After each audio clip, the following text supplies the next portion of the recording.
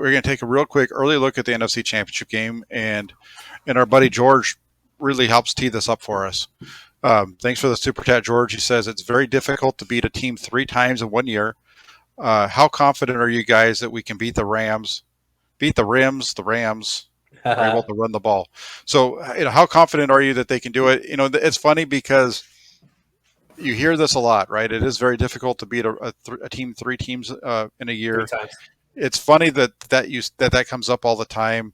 I actually threw it out yesterday once the game was over with, because the only other one that I could remember right off the top of my head was the 1999 Titans, when they went to Jacksonville and they beat the Jaguars in the NFC Championship game. And I kind of threw it out there, and pretty quickly I received a response from Josh Dubow. He writes for the Associated Press, covers the 49ers, and he had a really good one on this. And it's you're going to hear a lot over the next couple of days. I've already seen it about, I don't know how many times on 49ers Twitter, about how it's happened like 20 times, and the team that's won the first 2 has won the second game 65% of the time. You've seen that, I don't know how many times, right? You might have seen it already. Okay. Yeah. It hasn't happened where the team winning the 3rd game, though, in a single season has done it on the road since 2004. They're 2-2 in those matchups on the road.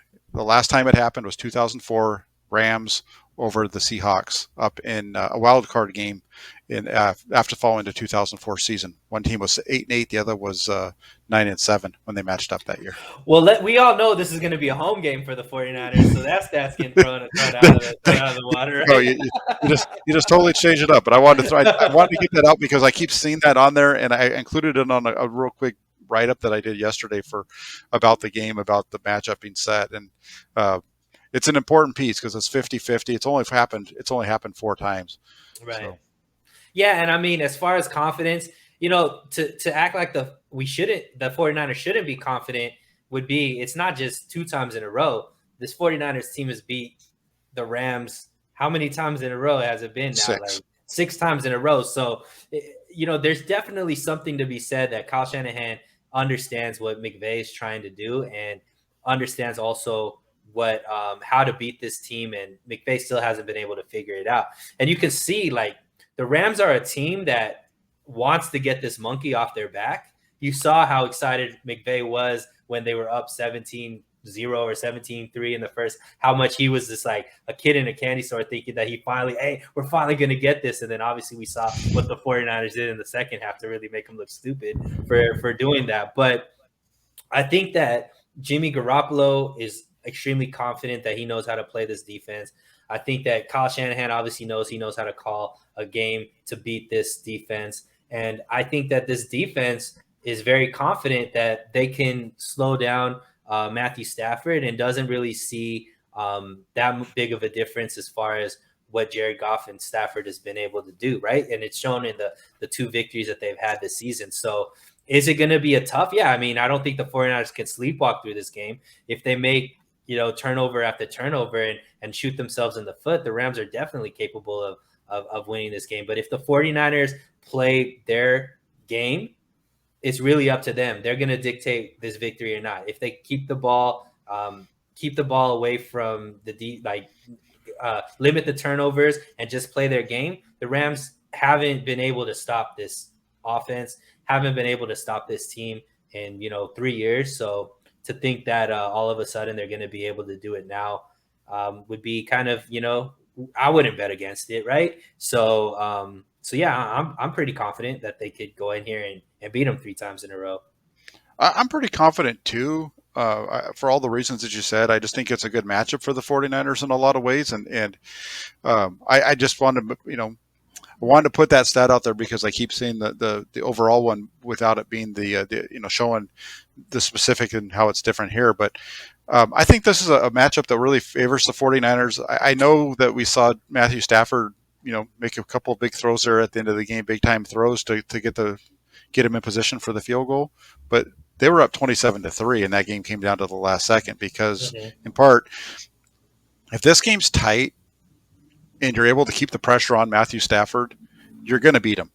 You're just going to beat him. There's something about the way that he plays that if you can get pressure on him, he shrivels in those moments, and I can see this becoming a Matthew Stafford becoming Jim Everett type of game.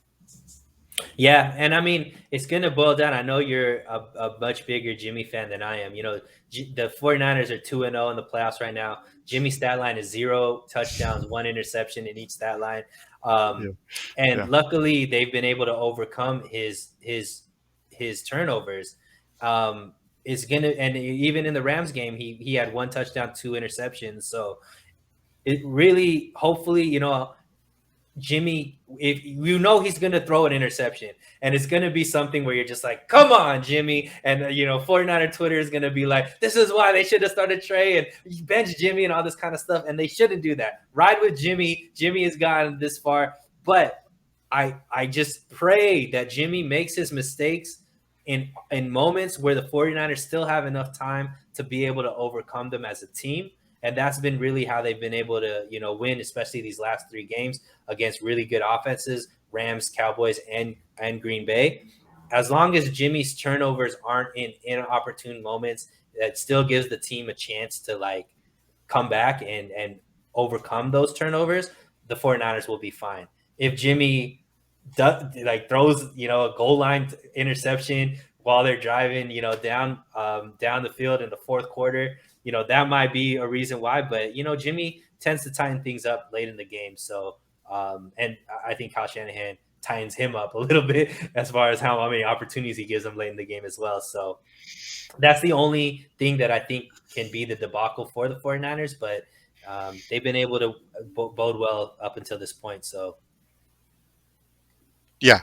No, I'm with you. I think it's going to be a good game. It's going to be back and forth. I don't think that you're going to see a blowout in either direction. Garoppolo is going to have to make some throws, and he struggled a little bit here in the postseason run. That's for sure.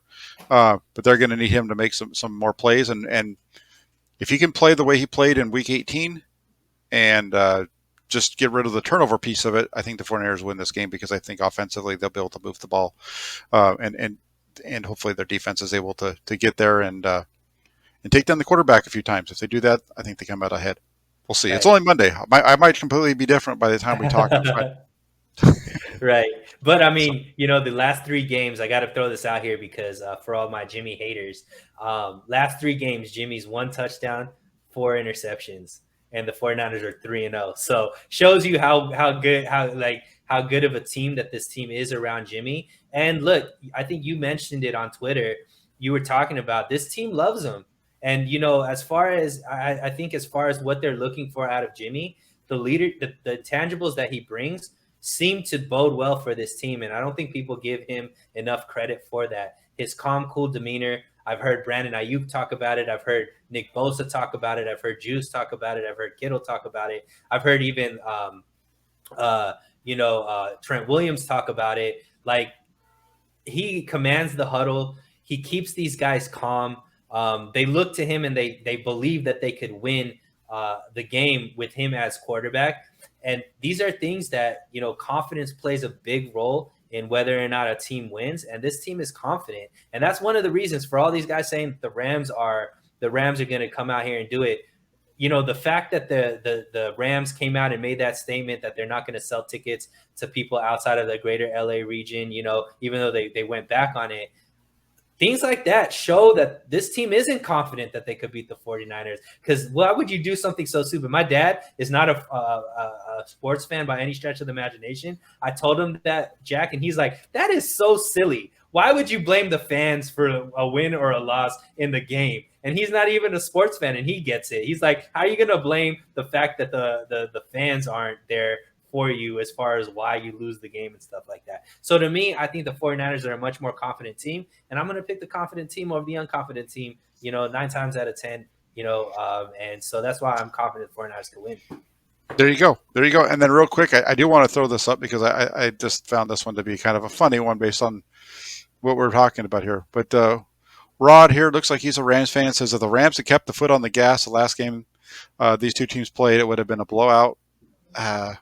So you're telling me that they stopped playing? I don't think so. I mean, I don't think the Rams took their foot off the gas. I think the 49ers decided that they were going to take it to the Rams instead, and that's really what ended up happening in that game. So we'll see what happens. All these games are different entities of their own.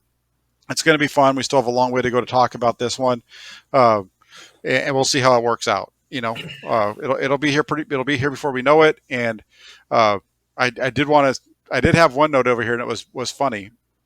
I think it might have been from Steve Supremo. He likes to come in and talk smack to everybody, um, especially myself. We'll see what happens, because if you might remember, and I've said this many times, I didn't think the 49ers were going to make it to the Super Bowl this year, and it wasn't, and it was going to be because of two things. One was there's only been one quarterback in the NFL that hasn't gone to the Super Bowl, or excuse me, that hasn't gone into the Hall of Fame, that's gotten back to the Super Bowl after losing their first time, right? Uh, it was Craig Morton, right, is the only quarterback who's not in the Hall of Fame, who lost the Super Bowl in his first start and then was able to get the team back, and he did it with another organization. Didn't think Garoppolo was going to be able to do that.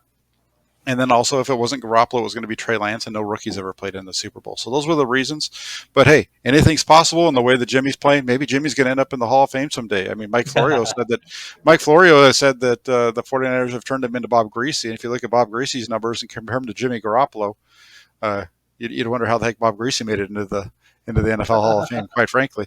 But no, that's fine. Bradshaw in the pregame was saying Tom Brady and Jimmy Garoppolo are the best throwers of the football in the NFL right now. So it's wild. I mean, it seems like a lot of the analysts, at least in these pregame shows, are big Jimmy Garoppolo fans. On the other side, you see like the Rich Eisens and the Chris Sims, and though they have a different opinion of Jimmy Garoppolo, but he's definitely very volatile. You either love him or you hate him, right? There's no in between.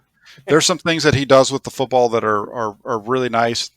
He's a very good, if you're looking for somebody to complete a ball between 15 yards, he's really good. He struggles when he gets farther away from the line of scrimmage, but in those tight windows over the middle of the field and what have you, he's just really good with it. And fortunately, with the way the 49ers offense is and the way they can operate with him, especially when they get the run game going, it works. And he is what he is. He's going to be a polarizing guy as long as he's a 49er, and who knows how much longer that's going to be, because I have a hard time seeing the 49ers move on from him if they get to the Super Bowl. Let's fun fact: Kyle Shanahan and Jimmy Garoppolo have never lost a playoff game to an NFC team. They're 4-0. So I think we should stop the show right there. That's perfect, because that's right. They haven't. The 49ers are 4-0 against the NFC in the playoffs. They've been really good over the last in 2019 and 2021 with that combo. So let's see how it all plays out on Sunday, my man. I love